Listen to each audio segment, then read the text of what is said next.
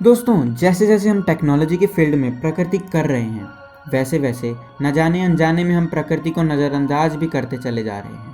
पर जब ये प्रकृति अपना भयानक रूप ले लेती है तो सबको घुटनों पर ला देती है।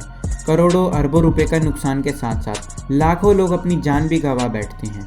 तो चलिए आपको दिखाते हैं 5 सबसे खतरनाक नेचुरल डिज़ास्टर्स जो हमारे लिए काफ़ी विनाशकारी साबित हो सकते हैं। हेलो दोस्तों, मैं हूं मानव और आप देख रहे हैं MB07 फैक्ट्स। Water sprouts. दोस्तों, आप में से कई लोगों ने वाटर स्पाउट का नाम पहली बार सुना होगा। दरअसल वाटर स्पाउट टोर्नेडो की तरह होता है, पर ये ज़्यादातर समुद्र में ही देखने को मिलता है। तेज़ गति से घूम रही हवा जब नदी या समुद्र की सतह से मिलती है तब वो पानी को अपने साथ साथ हवा में खींचने लगती है और कुछ इस तरह वाटर स्पाउट्स बनते हैं। दोस्तों, वैसे तो इनसे घबराने की बात नहीं है क्योंकि ये ज़्यादातर समुद्र की सतह से काफ़ी दूर बनते हैं, लेकिन कुछ केसेस में ऐसा भी देखा गया है कि ये वाटर स्पाउट ज़मीन पर आ गए और इन्होंने काफ़ी तबाही मचाई है। टाइफून दरअसल एक आंधी होती है जो इतनी खतरनाक होती है कि अपने रास्ते में आने वाली सभी चीज़ों को तबाह कर देती है। दोस्तों, ऐसा ही एक खतरनाक टाइफून फिलीपींस में देखने को मिला था। वहाँ की इस आंधी का नाम गूनी रखा गया था, जो कि बहुत तेज़ी से इंडोनेशिया में तबाही मचा रहा था। ये कितना खतरनाक था, इस बात का अंदाज़ा आप इस बात से लगा सकते हैं कि इस तूफ़ान की हवाएं करीब 230 किलोमीटर प्रति घंटे की रफ्तार से बह रही थी।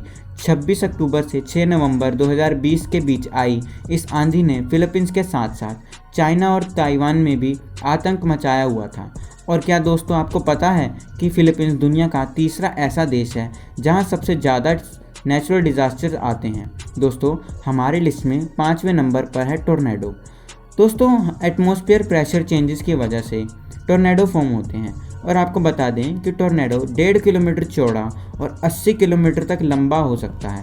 दोस्तों, वैसे तो टोर्नेडो ज़्यादातर खुले इलाकों में ही बनता है, लेकिन 1997 में अमेरिका के शहर मियामी में एक ऐसा टोर्नेडो आया जो समुद्र से धीरे धीरे शहर की ओर बढ़ रहा था। इस टोर्नेडो का साइज़ इतना बड़ा था कि शहरवासी इसे देखकर दंग रह गए थे। हालांकि इस टोर्नेडो ने शहर की तरफ प्रवेश नहीं किया, पर जब भी इस टोर्नेडो का रिकॉर्डिंग देखकर लोगों को रोंगटे खड़े हो जाते हैं। तो अब आपको समझ ही आ गया होगा कि ये कितनी तबाही मचा सकता है। लैंडस्लाइड्स। दोस्तों, लैंडस्लाइड्स को मड स्लाइड्स भी कहा जाता है। ज़रूरत से ज़्यादा बारिश होने के कारण पानी ज़मीन की सतह पर जमना शुरू हो जाता है, जिसके कारण ज़मीन के नीचे कीचड़ बढ़ जाता है और ज़मीन का ऊपरी भाग ठोस होने के कारण ज़मीन नीचे से खिसकने लगती है।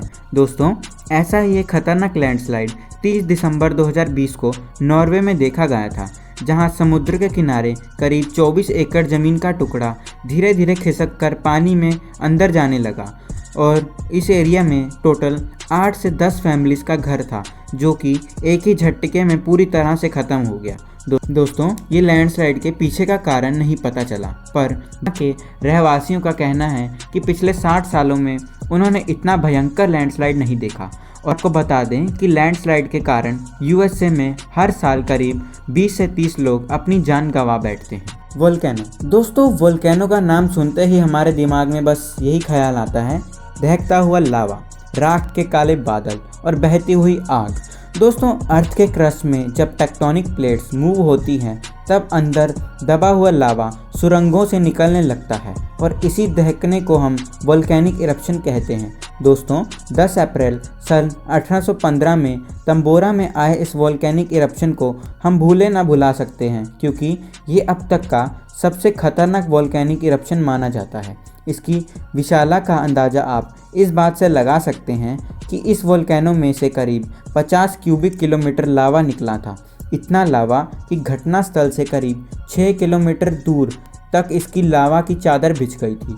दोस्तों, क्या आपने आज तक कभी भी कोई नेचुरल डिसास्टर को फेस किया है? हमें कमेंट करके ज़रूर बताएं और अगर वीडियो पसंद आई हो तो लाइक ज़रूर करिएगा।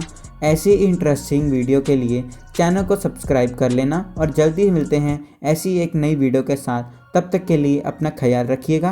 Bye bye.